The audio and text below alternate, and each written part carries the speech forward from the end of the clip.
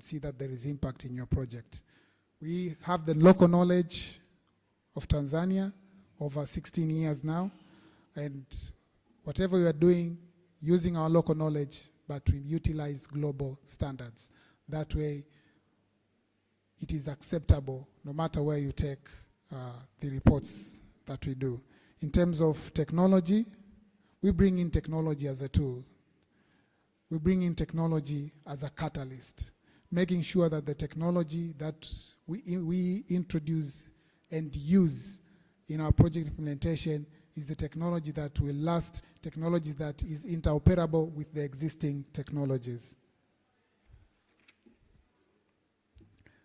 Lastly, is we make sure that there is accountable outcomes through robust monitoring, evaluation, and learning practices. My question is, are we ready to bridge these gaps? Are we ready to see these gaps being bridged? Are we ready to see these gaps being closed? And if the answer is yes, please partner with TMHS. Thank you.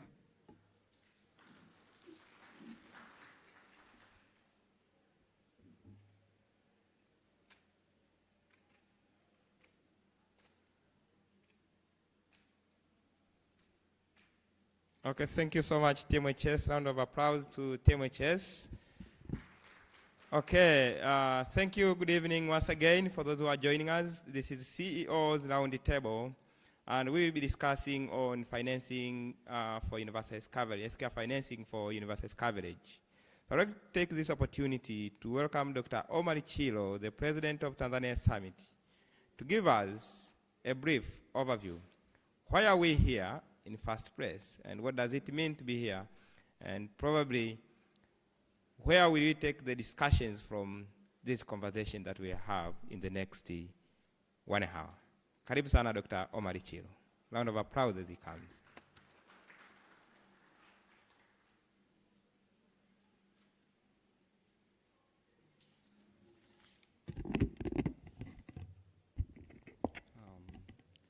Good evening, everyone.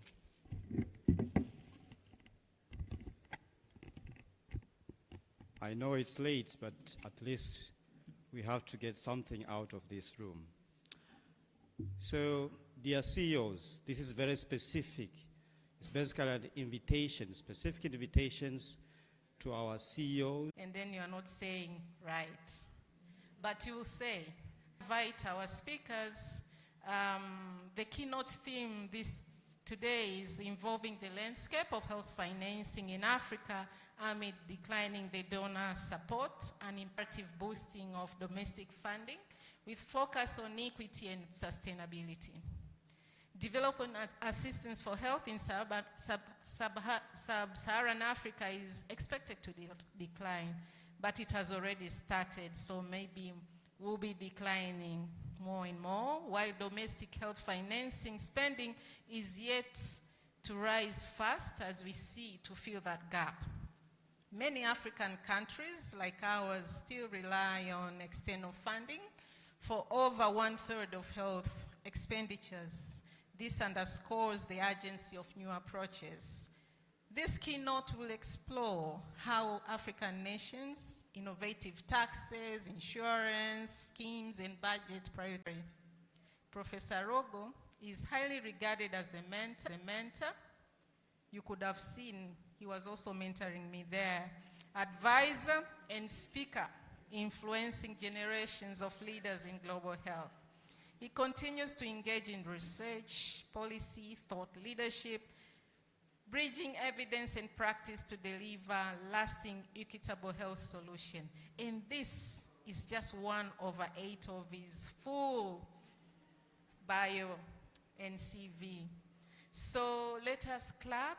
Hands for Professor Kamarogo as he comes up to the stage. Karibu sana. Please, the hands are not strong enough. Thank you. I'm so glad you can have the middle seat. I'm so glad you're becoming active as minutes go. Now, We have two keynote speakers, and I would like to welcome our second keynote speaker is Dr. Colm Henry. Dr. Colm Henry serves as a Chief Clinical Officer. Here we call them Chief Medical Officer of Health Services Executive in Ireland, overseeing clinical strategies, quality and patient safety across national health system. A consultant, pediatrician educator and public health leader, he has been at the forefront of advancing integrated care, evidence-based reforms, digital health innovations. Dr. Henry has championed clinical governance frameworks that strengthen accountability, patient outcomes, and sustainable service delivery. He is widely recognized as, for shaping Ireland's national COVID-19 response and driving reforms to improve access to resilience. His leadership emphasizes patient-centered solutions, collaboration, healthcare, sustainability in Ireland and globally. Welcome, Dr. Henry, to the stage. We are not far away from lunch, so maybe stronger claps will make more sense. Thank you so much. So before our key speakers start, let me just a bit explain how we are going to do this.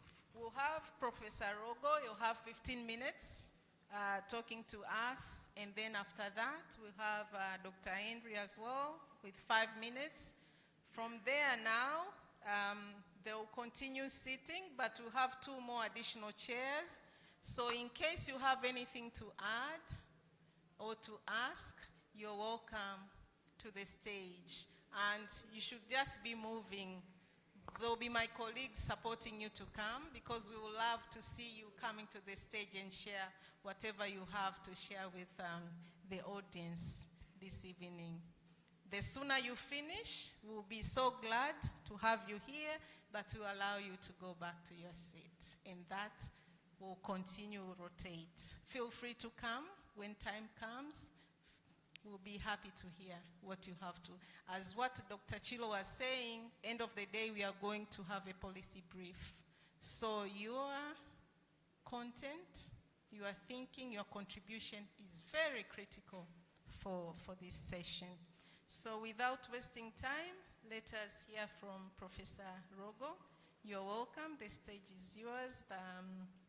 And you have 15 minutes to hear. Colleagues who are ready to be mentored, brace yourself. The ones who are ready to learn, brace yourself. Over to you. Karibu sana, Professor. Thank you very much, and thank you, Ndugus of Tanzania, for fetching me from my village. I'm retired in my village in Kisumu, and I enjoy watching the sun rise on Lake Victoria and set on Lake Victoria. Anybody trying to get me out of there is an enemy, because that's the best thing. Anybody of you is thinking of not retiring, please retire quickly. It's fun. But I came because of the topic that you asked me to talk about. Unfortunately, only for 15 minutes. And I will summarize it in this way, that is there hope in sustainable health care in Africa using domestic resources? And my answer, if I say nothing else, remember this, the answer is yes. It is a big yes, and is a triple yes. On condition that, number one,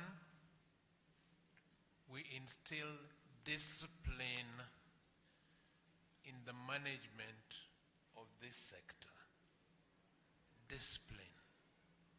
Number two, that we instill absolute efficiency in the management of this sector. And number three, that I instill belief in you guys, CEOs, that you can do it. I start with the last one because instilling this belief in you is linked to personal pride. There's no pride in exporting your diseases to India, Dubai, and everywhere. I've been in trouble in this conference center previously when I challenged one of your former presidents for enjoying going abroad for healthcare. And I think he had some neurological thing, and he came and told us here that they have only 2 neurosurgeons in the whole country 60 years after independence. He used that to justify why he has to go out, because there is only 2.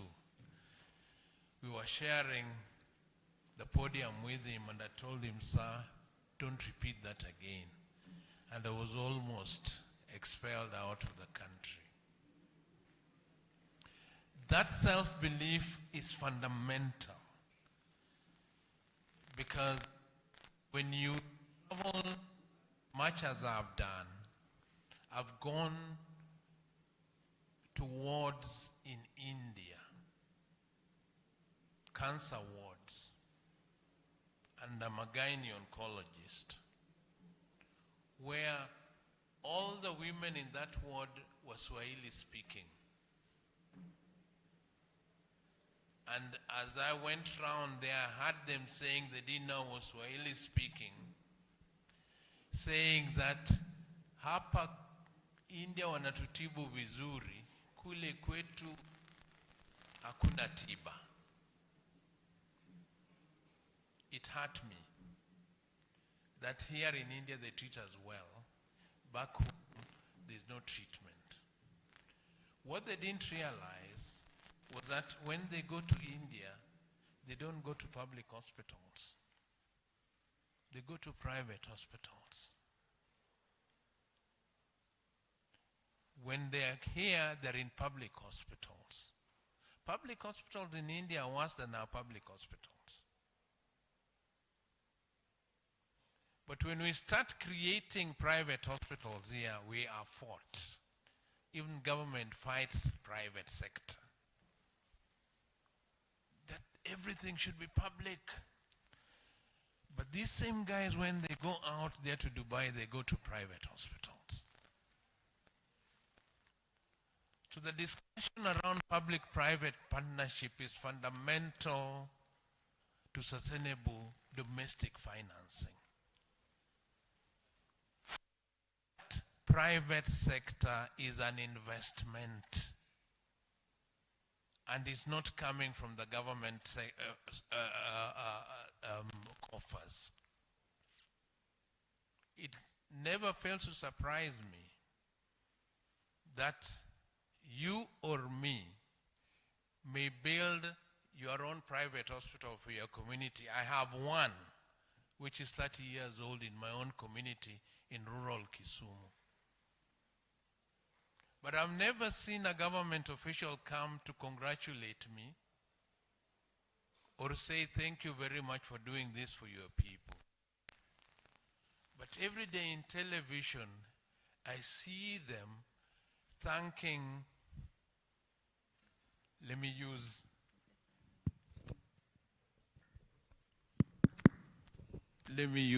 the Irish, thanking Irish ambassador for donating a Land Rover.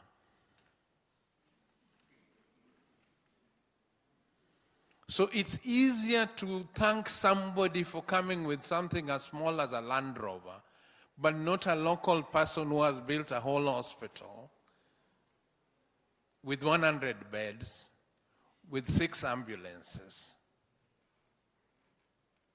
if you see any in Tanzanian television, call me. You'll never see them inviting a local investor, a doctor, a nurse who built a hospital from his own money, not stolen money, and is running it. And is providing care as I have done for 30 years with not a single thank you and a single this. So that self-belief is fundamental to health financing. And I believe in working through Africa for the last many years. I've now been in health for more than 50 years, that yes, we can afford health care. But the question is, how did we get where we are? Brief history.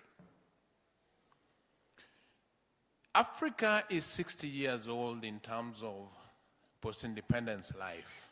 And East Africa, we're all together. Tanzania got independence first, Uganda, and then Kenya.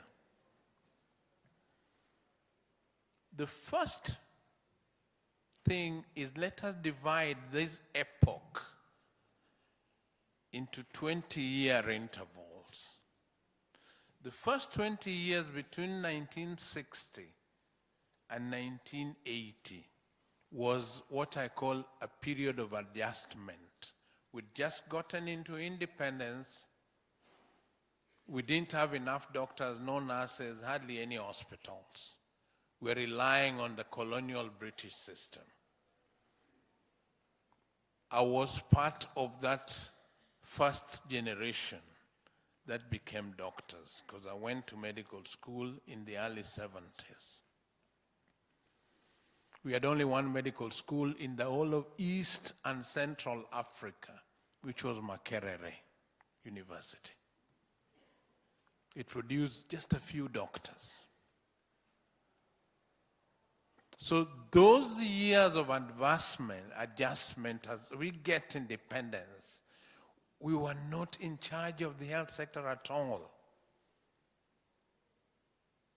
And when people like me went into medical school, we were just first generation of locally trained doctors. Because prior to that, it was diploma in Makerere, and then you go to the UK, and then you come back. There were very, very few. When I qualified in the mid to 870s, in the district, I worked in Kwale County district on the border with Tanzania. I was one doctor in the district doing everything. But one thing that I remember, the only NGO in health that existed in Kenya was what you now call AMREF, the flying doctors. There was no NGOs. Can you imagine that now? Health without NGOs, there was none.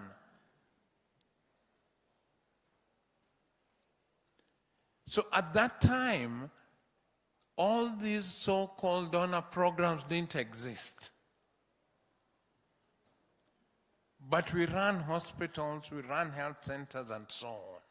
That period is a period that we want to get back to again, because it can happen, it is possible. The second part of this epoch was between 1980 and 2000. I call this the period of pseudo-expansion. Pseudo because it's the time when we started now having more health workers in there, more hospitals and dispensaries being built, more ambulances, and so on. It was a period of growth, but it's a growth that we had not well planned for, because during our period of adjustment, the one thing that we never changed is that we never changed the colonial health policy. Whether it was Francophone, Anglophone, or Lusophone, we never changed it. And most African countries still have those same laws without change up to now. This period is a period then that we start seeing the coming in of donor support. Initially, it was very, very limited to certain areas of support, like infrastructure and so on, like training, the new medical schools, and so on. That's when Dar es Salaam and Nairobi become medical schools on their own, after Makerere. But that period of expansion was never finished, because at the end of those 20 years, Excuse me, Prof. You know, when you want to interrupt someone who went to medical school and then you are not existing under this world, it's critical. It's a big problem. But we have 2 minutes for your round. Maybe do you want me to add my 15, I'm doing my 15. Okay. Yeah, I'll do my 15 now. That's the way I planned it. Okay, Yeah, thank you so much. So this period is interrupted by the period of the pandemic. 2000, we now have HIV/AIDS come on board.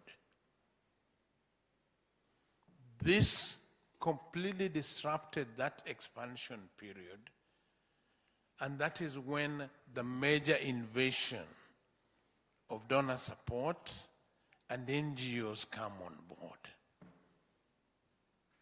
And that is what we are living through right now. During these 2 periods, or 3 periods, several things were happening. Were what you call global health initiatives, which our ministers go for every year during the annual WHO meeting in Geneva. And they come back with a new initiative without financial mandate. They come to implement it, but it is not. So you look at it. This is where UHC comes in. This is where Health for All came in. This is where MCH came in. No clear financial mandate in terms of our budgets. The measurement of a country's progress globally is based on how you perform on those global mandates that are not in your budgets. So donors, they now come in to support those mandates.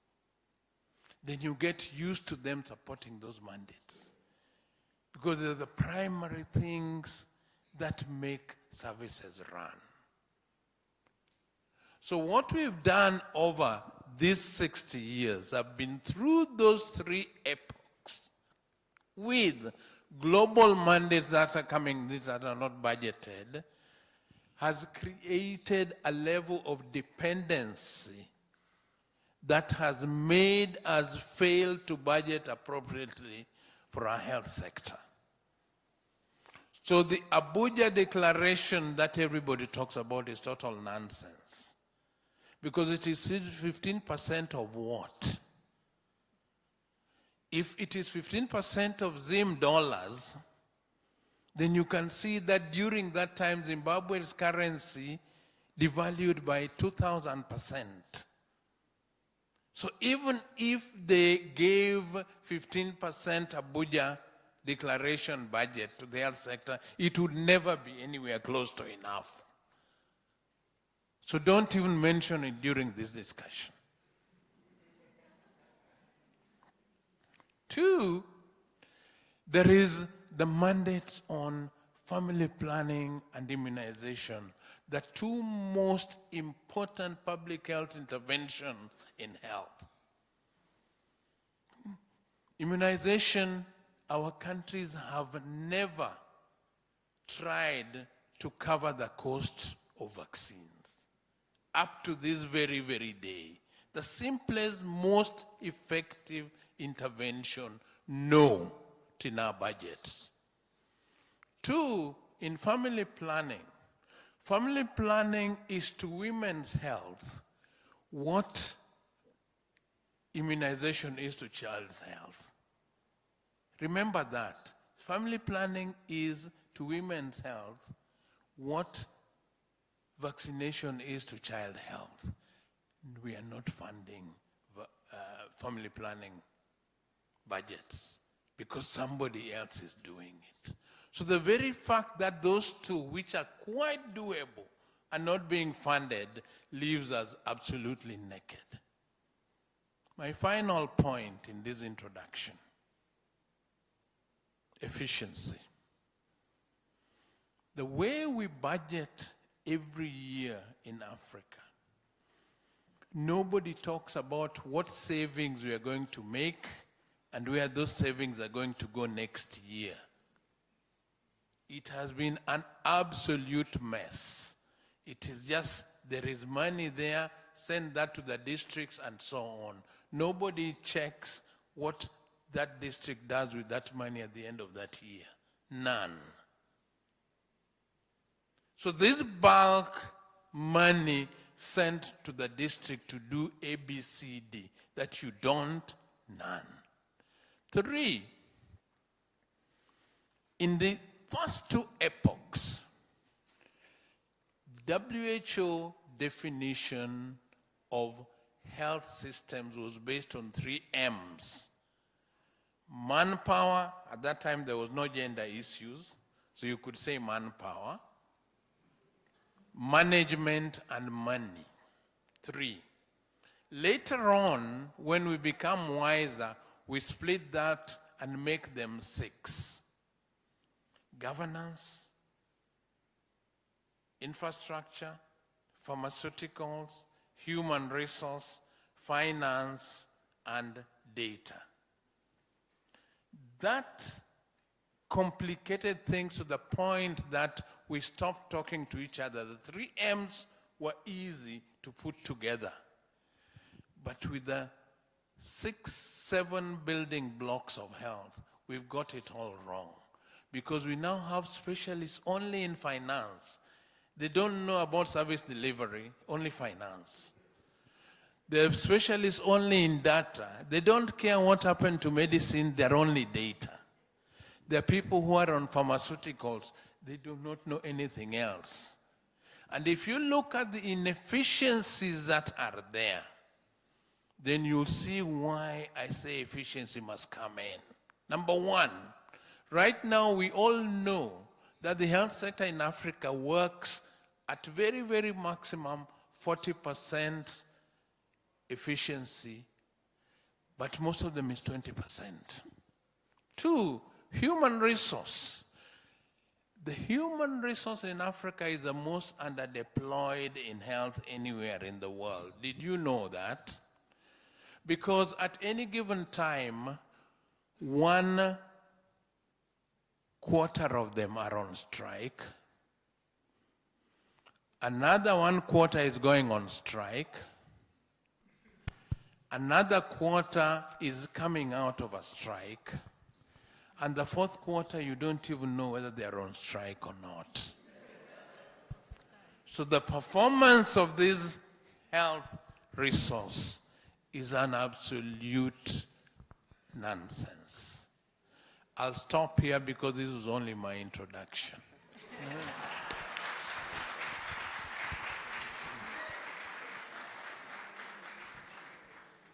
Thank you so much, Professor Rogo. A round of applause again.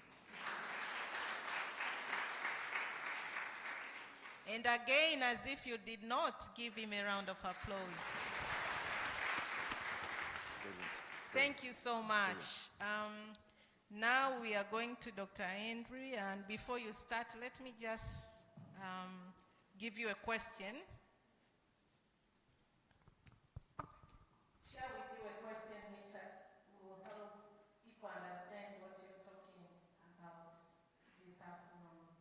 So now we are going to the island context, which is very important for us to understand, which can somehow build from what Professor was saying here, basing on now he was talking about our African context, now we want to hear from Ireland. So in many African countries, the focus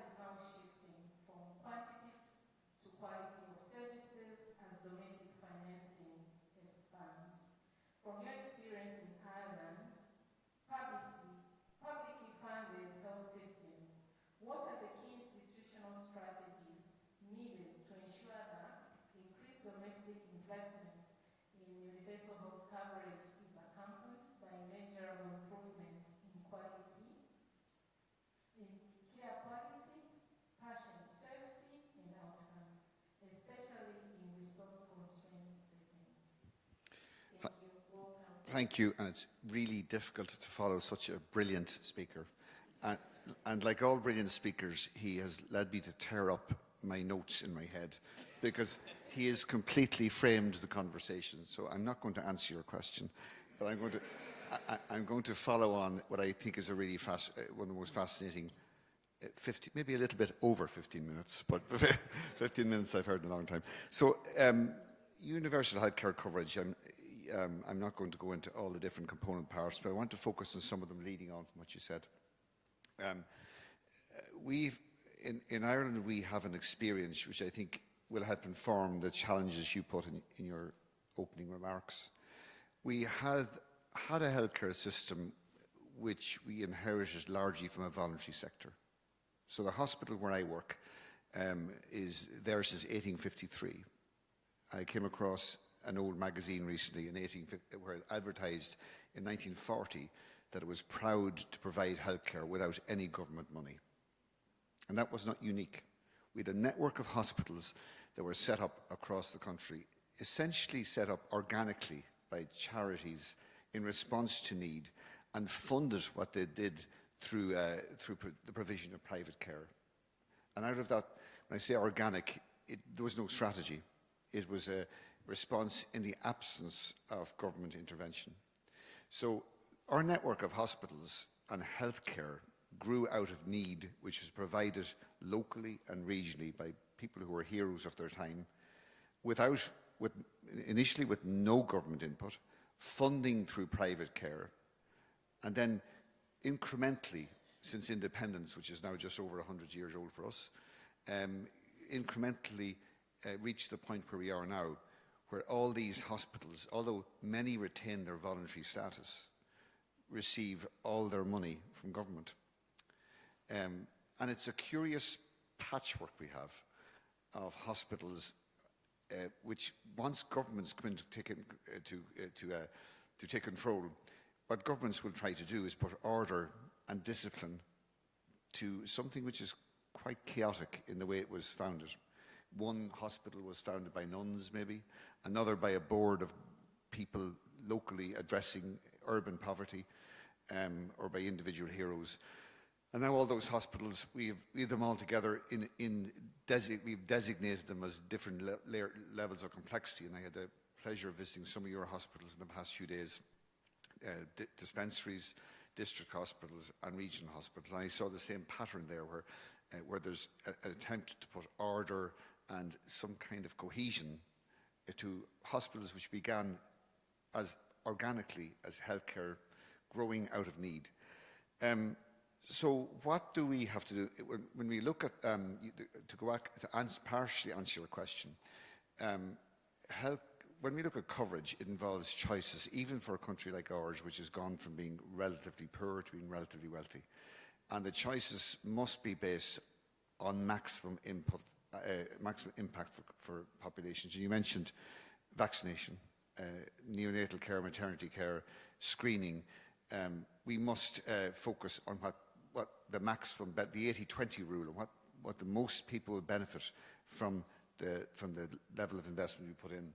But we also have to focus on, and you touched on this, was value.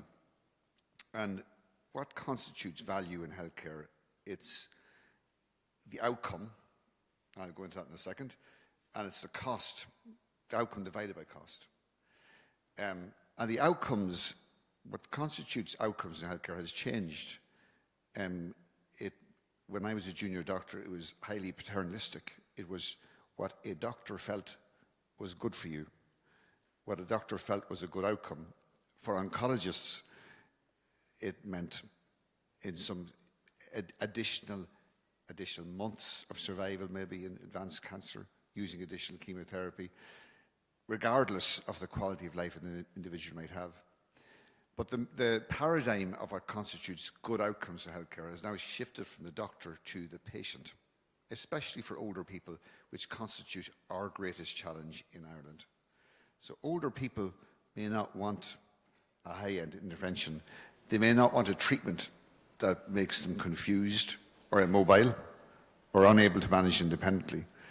Their priority may be, for example, just to go home for whatever remaining time they may have. Others may want an intervention if they're persuaded that it adds quality to life. And just to finish, because I don't have 50 minutes, our biggest challenge now is that we have those aged over 85 are about 2.5% of our population, but about 27% of our bed day usage. And we have a healthcare system which is like an aircraft carrier, which is configured for younger people. Transactional, easy care, one problem. But our clients, our people seeking healthcare, fall into our emergency departments for lack of community services and poor primary care services in parts, because with multiple problems, and not just multiple problems, how they impact on their ability to manage at home, which is what matters most to them. So thank you again, fascinating discussion. I didn't answer your question, but I'm happy to have it framed by this gentleman here on my right. Thank you so much. And another one for all of them. Thank you. So, yeah, my job is very simple here. It's just to sit, ask questions, and welcome people from the audience to come and also share their views.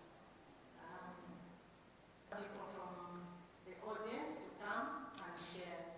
When Dr. Henry was winding up, I thought I would see people starting coming, but I didn't. So feel free, please, to come and have the chairs and share what you have.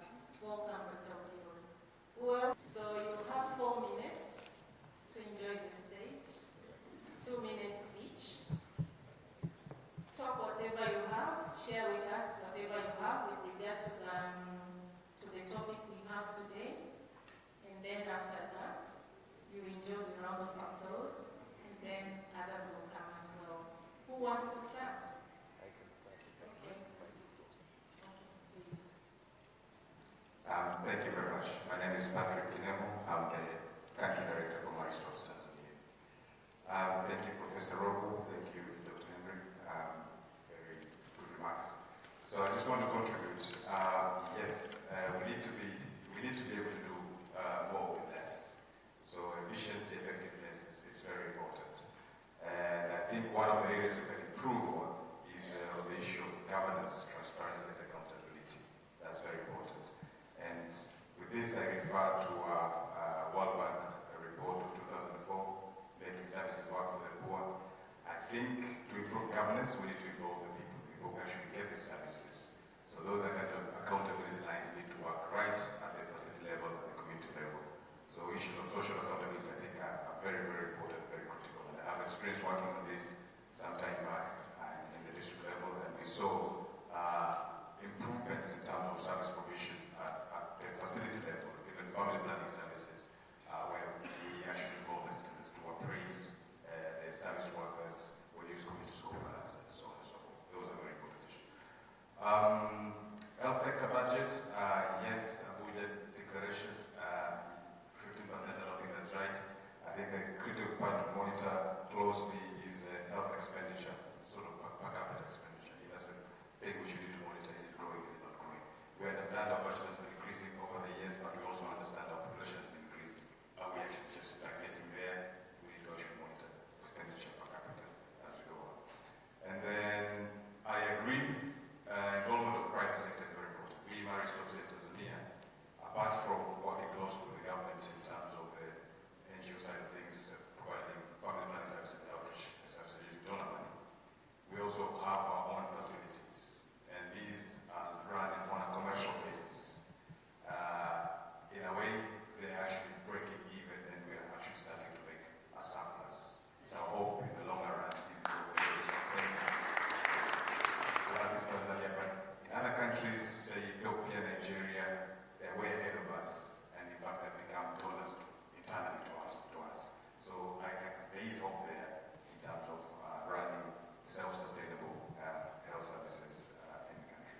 So that is what I wanted to share for now. Thank you very much. Thank you so much for being so smart, because I was about to say the time is up. So thank you, Dr. Ogilo, please have your 2 minutes. The floor is yours. Thank you. Anybody read the book Who Moved My Cheese? You know that book? Do you remember the characters there? Hey, and Ham. And the Puffy, the rabbit, the mice.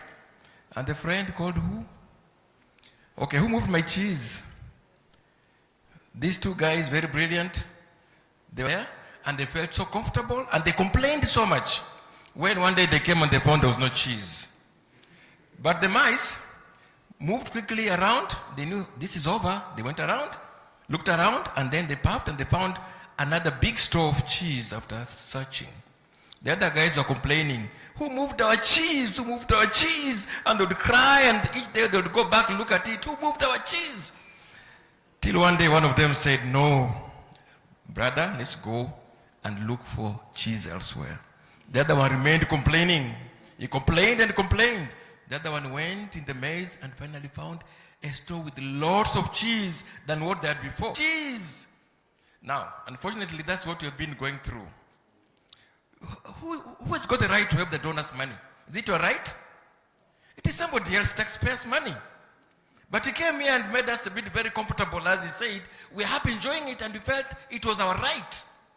It's not our right. We have got to think ourselves, find our way through the maze, and actual donors' money has made us to sleep. And now we are crying, who moved the money? Who somebody? It's not our right, it's the right. But what we need to do is to wake up and find another solution. And I tell you, when we start looking at other solutions, we shall find lots of solutions out there. We have lots of money in our country. We have lots of money in our countries. But when we start looking for it, sitting down together and discussing how to move, we shall find ourselves better than before. And at times, it's not a curse to lose something, but might be a big blessing.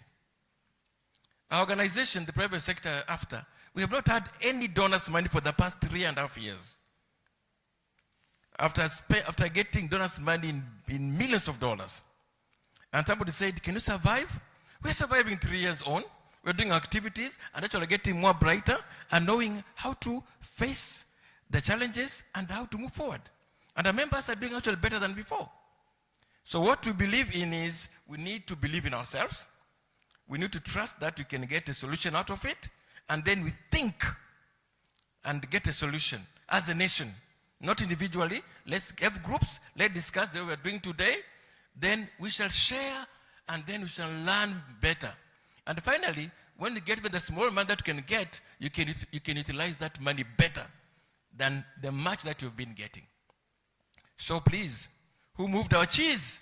It was not our cheese. Thank you.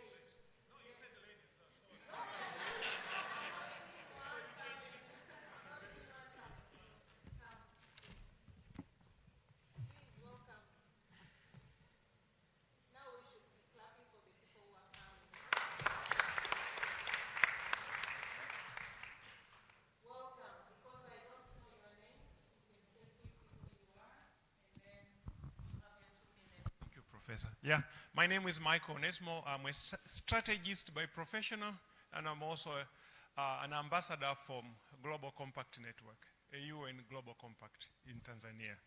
I'm a strategist, and I was listening to the presentation. I realized that you have been over-babysitted. That is a disease that is facing you guys from a health sector. You had all the lovely money from the donors. Now you started crying about who moved the cheese. Donald Trump moved the cheese. And now some of us are quite happy. Not happy because the money has moved out, but because now you will think out of the box. Thank you so much. Welcome. Oh, asante sana. Thanks very much. My name is Walter Mia. I am come from an organization called Mwanangu Development Tanzania. And I am a co-founder and CEO for the organization, but also my activities for the health for youth and the children. I want to share something quick in this 1 minute that's really, Professor, enlightened me. In 10 years, there was only 2 treatment centers for children with hydrocephalus and spina bifida, Moi or Bugando. But from that, I says, cannot reach there on time. So when I was talking, I'm not a medical personnel, but when I was talking to the neurosurgeon to say we need to go training the surgeon to start doing this in a referral hospital, the regional, it was not clear. They will not understand. And we push it. So right now, for the 10 years, I have about 6 treatment center. Mbeya Zonal Referral, we did train there, Dr. Mboma, and he was performing until they get neurosurgeon. The professor says, if we wait to get a neurosurgeon to come to Morogoro Hospital, when? We're going to get the neurosurgeon. So we need to wake up ourselves and trust ourselves. So till today, Bukoba Government Hospital, they are doing surgery for spina bifida and hydrocephalus and clinic. Seketure, Mwalimu Nyerere, and Mbeya Zonal Referral. So if I didn't take an action, risk, and think we don't need to wait for a donor to do this, we can do it on our own. And it's working. So as the professor says, I never see the Minister of Health or anybody say, oh, we can put an effort to do this together now for the whole country. Thank you.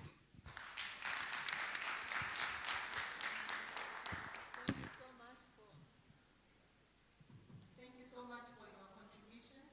That was nice. You can leave the stage. Thank you so much. I welcome others to come in case while you're still welcome. Welcome.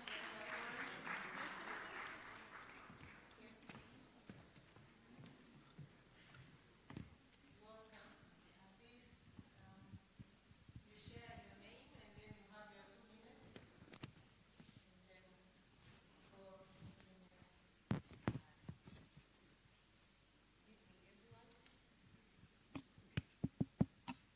So good evening, everyone. So my name is Teresa Cosgrove Bisiga. I'm a medical doctor but executive secretary of the Medical Women Association of Tanzania. So thank you so much for a very enlightening story of where we came from. So I will speak on behalf of youth in the case of domestic financing. You know, we have a lot of incredible youth-led organizations that if domestic financing also look upon the power, the innovation, the creativity young people have, we can create a multiplier effect in our countries. And when we are budgeting in our sectoral, even health system, we should create a seat from initial beginning, creating budgets, focusing on youth services, but also not leaving behind adolescent health. We are youth, we know our challenges, we know our problems. So when we create interventions which we are not included, or even consulted on one-on-one, or given a table to discuss, the innovations are not sustainable since you have not even consulted us what us we wish to be attended for. So I think in bringing about sustainability and strengthening our health system, we should not leave behind the power of young people, because we make up to 60% of African population, and this number is projecting over maybe 2050 about 830 billion. So please consider our innovative ideas. Thank you so much.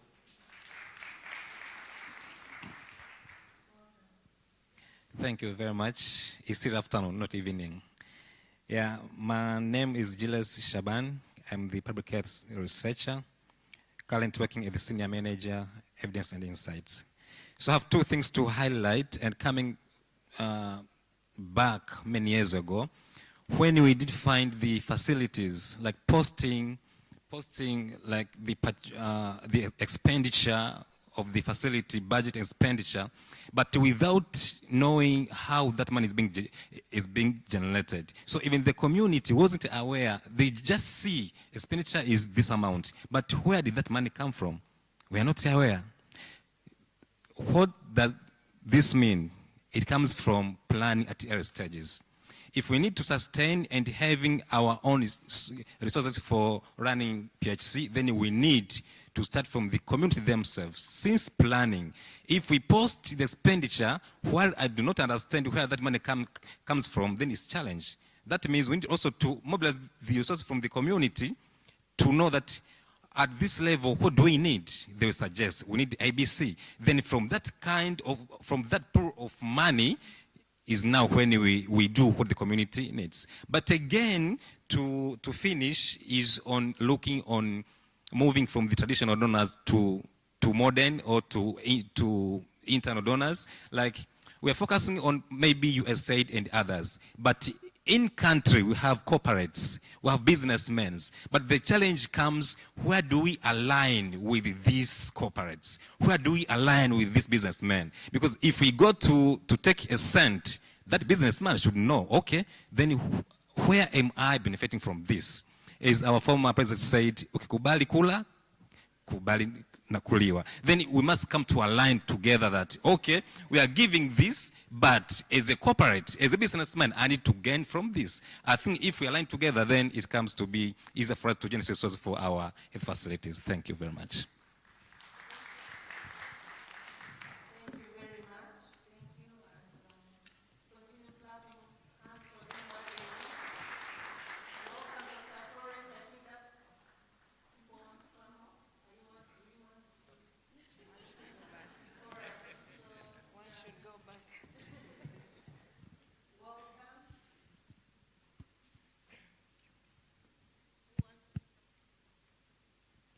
Who wants to start? Thank you.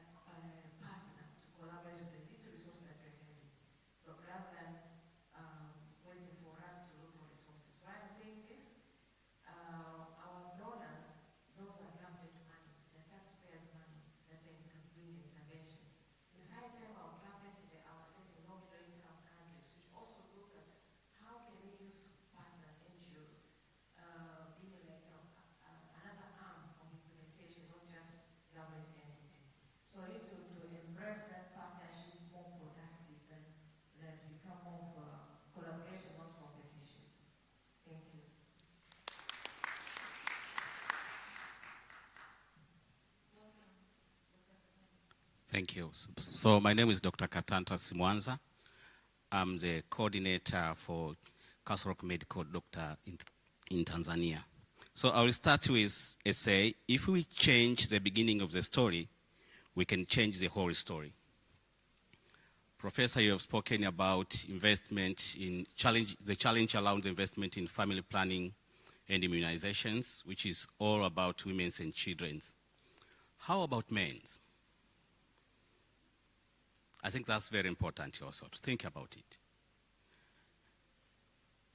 Many challenges around family planning access, immunizations. If men are left behind, nowhere we can go. So it's high time now we start investing in male involvement, and particularly in child care. You have also spoken about the involvement of public sector, public-private sector involvement. We need also to think about, when you're speaking about financing of the health sector, it should start at household level. If I am a man, I can set aside, I can give priority about issues around health. I think it would be very easy to invest around that area. But if we look into different programs and intervention which we are doing, even in our country, most of them is more focused in women's, children's, and the other groups, and men are left behind. So that's a very challenge. So as a male advocate, I think it's high time now to start thinking about using a gender transformative approach. You know, baba akiwa anaelewa kuhusu masuala ya afya, si ndio? Mama akiwa anaumwa, ataacha kumpeleka hospitali? Kuna mwanaume ambaye anapenda kumwacha mke wake akapata shida au mtoto wake. Is there any man who left behind his mother, his daughter, his wife dying? Because for them it's priority, but if they are not sensitized to see the importance of it, no, we have nowhere to go. So it's high time now to start from childhood programming, to think about a boy child, to tell them about the importance of health issues, so that they know as they are growing, they can even start setting aside the resources and such kind of stuffs at the end of the day. So that's my contribution. Asante. Thank you so much for that. Welcome, welcome. Welcome, Sister Sarah. I think we might be having now the last round. But time is almost there. It's 6, some few minutes to 6, which is we are ending. So welcome, enjoy the stage, and you have 2 minutes each. Who wants to start? Karib. Thank you so much, Prudence. Mine is more of a question because I want you, Professor, to talk more. And we enjoy your narrative stories and what you've brought out from our history with regard to universal health coverage and the health sector in general. So I'll talk on the part of the private sector. I'm half private. My bio is very complicated. I'm a lecturer, but also THS, so people get confused about me. And during the study of this year, I think 80% of our support, they thought we could not do anything because of the challenge of election, but also we had donor dimension shift. And everyone will say, no Tanzania Summit, but we did it. So, but the key issue here is there is a strong resistance. You spoke about private sector, the key sector, which could change this from aid to self-sustaining programs. But we have faced a little challenge with the public, especially the policymakers, on adapting these new ways of working. And it's been a very strong resistance. Sometimes it's a big war. And we become enemies sometimes, you know. So what could be the best approach for us to impart these kind of issues so that the public can also see the private sector, especially in Africa, as allies rather than as enemies? Thank you, Dr. Chilo. Dr. Sarah, please. Dr. Sister Sarah, welcome. Okay, thank you. I'm Dr. Sister Sarah Deogratias, Director at Cardinal Rugambwa Hospital. I feel privileged and honored to be part of this discussion. And I have learned a lot through our speakers.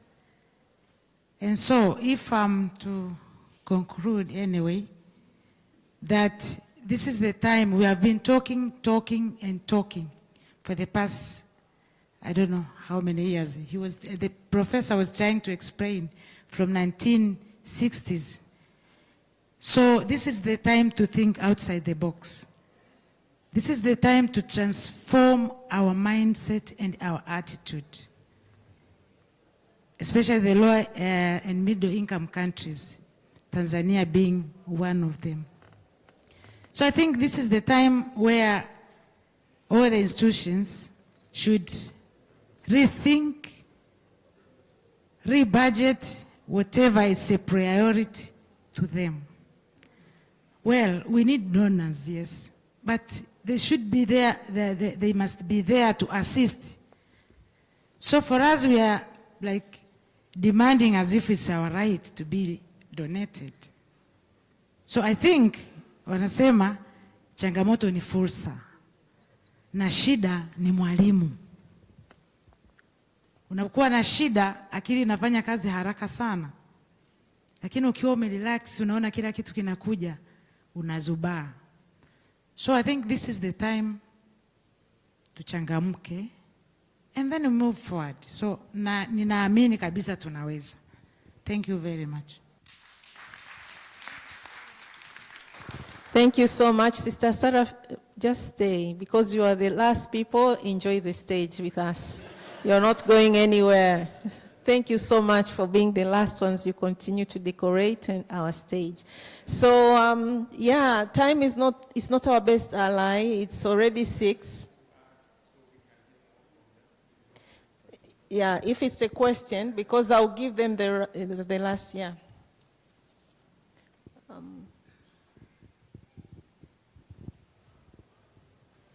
No, it's just a question because from their speeches, you know, I thought that they could give some examples which could also help us. So Dr. Henry spoke about what is value, and then he's talking about outcome in relation to cost.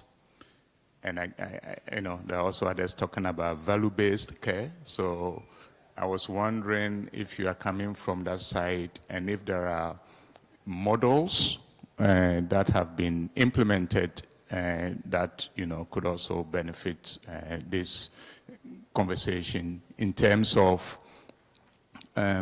we have limited resources, so how could we, you know, set up delivery models that can help us get more from the limited resources that we have. And on diabetes and hypertension, I know that others are looking into that because they are chronic diseases. You know, how do we manage that? And then for Professor Rogo, it's more at the strategic level. How do we get the non-performing African governments? How do we get them to act? Because I know that when it comes to defense, and they are buying weapons all over Africa, they don't go to donors to ask them for money. You know, they fix it locally. So what do we need to do so that they can see that health is also a priority?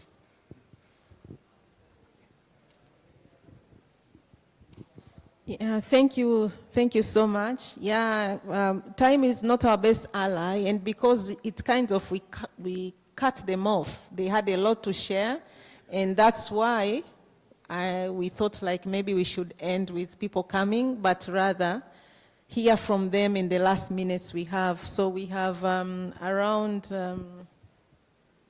it's 2 minutes, but do you allow us to go up to 6:10 or something like 6:10?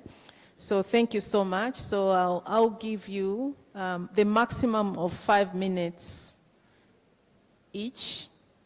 the maximum of 5 minutes each to respond to Dr. Chilo's questions, but as well as what he was asking. But if at all you have anything to add, or basing on what you heard from others who came here to the stage, welcome. I'd like to give some of my minutes to the professor, if that's okay. So I'll take 2 because I want to hear from him. So when you look at value, the mirror image is waste. So what we have learned in our healthcare system is it can be incredibly wasteful. The waste incrementally increases as you go up complexity. Even when I saw the health centres here over the past few days, and when I reflect on what we have in Ireland, primary care, public health interventions are high value, high impact. And as you go up the complexity scale, you have to question more and more because you're looking at additional exponential cost for less benefit. Now, we do need these high intervention programs. Every country that is proud and autonomous wants to have high impact, complex care for those that need it. But waste needs to be measured. The biggest single deficit with waste in healthcare is the lack of timely information. And if there's one thing you could learn from us, we have a supposedly well-developed healthcare system, but the absence of, or slowness in developing digital healthcare means that our healthcare providers at multiple points of access don't have timely information to care. I saw hospitals here where there's access to patients' records, their medication, their information. If I could just finish, waste is not just about money, it's about poor outcomes. Wasteful, unnecessary expenditure in healthcare, and it occurs in public and in private systems, results in poor outcomes, reduced patient safety, and of course, diversion of funds away from where it should be much better, much more effectively spent. Thank you. Just to agree with that, in fact, I'm proposing that we rename the Ministries of Health in Africa to Ministry of Waste. And there's a reason why I'm saying this. Did you know that right now, of the ventilators that were donated to Africa during COVID, 90% of them are not working. And the 10% that are working are the ones that went to the mission hospitals and a few private hospitals. They're not working. You'd think that after that we are now so prepared for emergencies because of that. They are not working. The ICUs that we spent money on, intensive care units, beds, none. I went to one county in Kenya recently where I found a VVF patient in what was supposed to be in an ICU, vesicovaginal fistula, waiting for repairs. That can't be why we built an ICU. But we spend lots of money on it. Do you know, guys, that the 4 most corrupt sectors in Africa are, in no particular order: Office of the President, Ministry of Defense, roads or infrastructure, and health. And that is why you find that we rush to buy for defense, because you can bring old helicopters and pretend they're new, and you spend the money. The big problem is that all those sectors have one thing in common, is the amount of procurement in them. This sector has so much procurement that it is a favorite sector for everybody. In Kenya right now, in 3 years of President Ruto, we are on our 3rd minister for health. That means that is 1 minister per year. And it's purely procurement. There is no subsector in health that over those 60 years has received more donor support for reconstruction than the central medical stores. You know it. We keep the Irish bring in money, the Danish bring in money, the Germans bring in money, central medical stores, procurement, and they never improve. Same problem.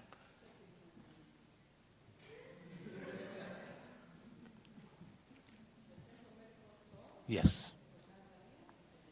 This yours is the best. Thank you very, very much.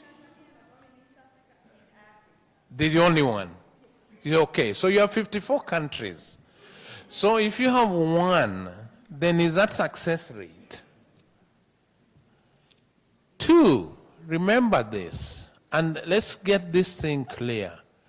Right now, because of the youth that we are talking about here, the most attractive sector for young people to go training in is health. The demand is so high for the health sector. For what reason? Because it's the only sector that can provide jobs, security of jobs and everything. So if a country is talking about young people and jobs, this is a sector that should be run well, so that it creates jobs. But what's happening at the moment, in East Africa, our presidents are exporting our nurses to the rest of reverse colonialism, or what is it? We cannot pay the people whom we train. And we let our people die here, but a president will want to be voted back because they got jobs for our nurses in the UK. Is that a fair world that we are dealing with? Think about it. Think about it. Think about all those young people who we want them to believe in their own country and serve their own country. Public-private partnership. I'll give you an example. I did this for 10 years in Africa. You go to the sector because their duration in office is only 1 year. Next time you go on a mission, you find he's been sacked. He's now running his own clinic as a private person. So you go and talk to him, and now he tells you private sector is the only good place. In other words, these people keep changing. That private person, next time he's been appointed a minister, he goes the other side. Now it's only public sector that works. So this not clarity in position, that even as professionals, we don't do it for the country, we do it for ourselves. That once you are up to that, professionalism is required in this sector. What is wrong, what is right, and we move forward to the better. Finally, the area of collaboration. I think that East Africa has a set of goods, people, and services. And one of the best things that they've done is in the collaboration in setting standards for training, so that you have regulators across there. You have regulators coming from Kenya to inspect your medical schools and vice versa. That has made it possible for certain standards to rise, because local regulators sometimes are afraid of saying that this school is bad. But when somebody from across the border comes to do it, we know it has worked here in Tanzania for one of your schools I won't mention. We know it has worked in Uganda when Museveni was resisting the local regulators. So there is need for us to work together towards that. Finally, do you know something? That there's no member of parliament in East Africa who will be elected for the public health efforts to eliminate childhood diarrhea, malaria, and so on. But people get elected for building a hospital that is never finished, never furnished, and never works. This is where the education has to come in. Because we have moved our money from prevention into hospitals and everything. I will tell you this as a fact. Because the last 6 months, I was asked by the president to chair the presidential task force on human resource in Kenya to try and sort out the perennial strikes of doctors and nurses. And this is what I found. The 3 national hospitals, level 6, Kenyatta Hospital, Moi Hospital in Eldoret, and Kenyatta University Hospital, have the same budget as the 47 districts in the country. 3 tertiary hospitals have the same budget as 47 counties around the country. You can see clearly that that is not sustainable, because you cannot all be working to send people to these 3 hospitals. We've got to get back to the basics of what primary care really means and put our money there, in what secondary care means and put our money there. And when it is tertiary, it has to be tertiary because it cannot be managed anywhere else. Without referral systems in Africa, there is no way UHC can work. We must have discipline in referrals. And this is why I said at the beginning that yes, UHC will work. We have enough money from our own pockets to run them for so long as we handle 3 things: discipline, efficiency, and belief in ourselves. I apologize for being brief. Thank you.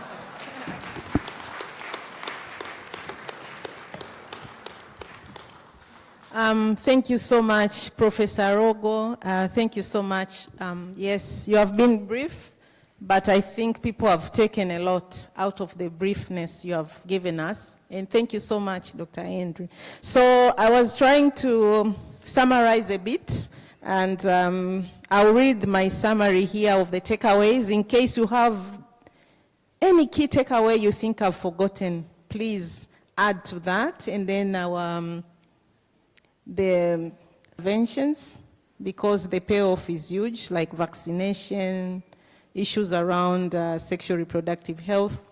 The other thing was reduce unnecessary expenses, and which I don't know how they can be put, because in no particular order, there are some sectors maybe they're having unnecessary expenses.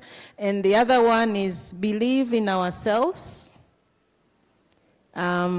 because the phases which Professor was talking about, there was some phases whereby there was no donor support and we survived.